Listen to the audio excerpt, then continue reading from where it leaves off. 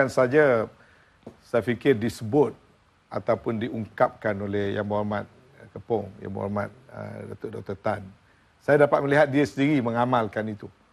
Saya sebenarnya waktu saya student lagi, saya melihat kepada Datuk Dr. Tan bukan saja kerana dia orang Kelantan, maka dia seangkatan satu kabilah dengan saya. Tapi waktu saya jadi student leader, saya ada jemput dia pergi ke kampus, ada berwacana dan sebagainya. Dan sekarang sama-sama berada dalam parlimen. Saya melihat dia, Yang Berhormat adalah satu contoh. Bagaimana dia sangat mengamalkan kesederhanaan. Dan tidak suka berpolemik, tidak membawa perkara-perkara yang dikatakan bersifat ekstrim tadi. Saya fikir ini kalau ini dapat disuburkan, tetapi proses ini kita tidak mahu ada hanya seorang saja Yang Berhormat Dr. Tan. Kita nak ada ramai lagi Dr. Tan, ahli MP, Kepong, tu biar ramai, banyak. 8 penggal. Jadi maka kita tidak boleh terima soal konsep patriotism itu to be taken for granted.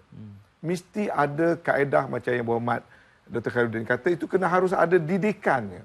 Harus patriotism dalam konteks beracuan. Ya, ada acuan. Mesti terbimbing, walaupun dianya fitrah. Kalau fitrah seseorang mau hidup beragama, tidak bermakna dia beragama dengan cara yang betul. Kalau hidup seseorang fitrahnya makan, tidak mesti dia ikut cara makan yang betul. Sebab fitrah sahaja tidak cukup. Dia memerlukan kepada satu bentuk pengacuan.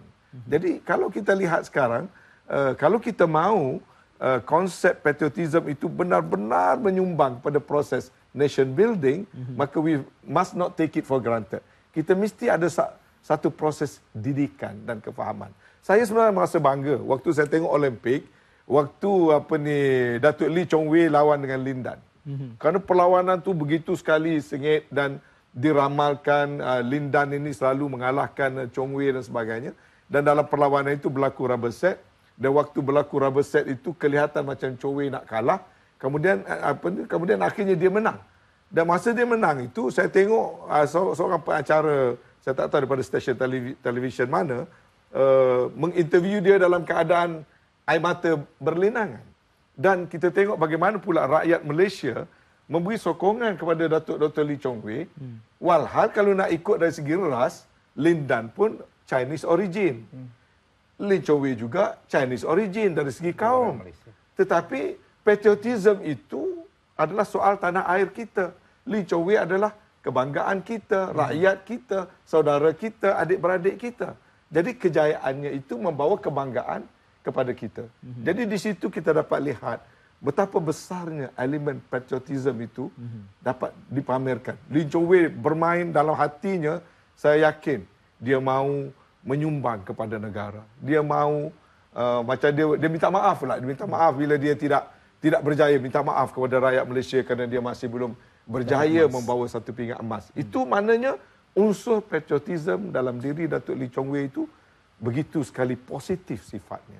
Dan inilah yang kita harap dapat dilihat dalam segenap lapisan masyarakat, dalam pelbagai sektor.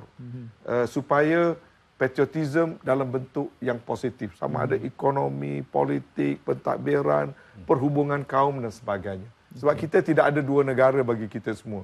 Sama ada kita Melayu, Cina, India, Kadazan, Dusun. Inilah negara kita. Kita hidup di sini, membesar di sini, kita mati di sini. Dan kalau patriotism itu dipupuk secara positif, negara kita adalah negara yang kaya dalam kepelbagaian. Sebab itu, patriotism itu mesti dilihat sebagai satu agenda nasional yang sangat penting.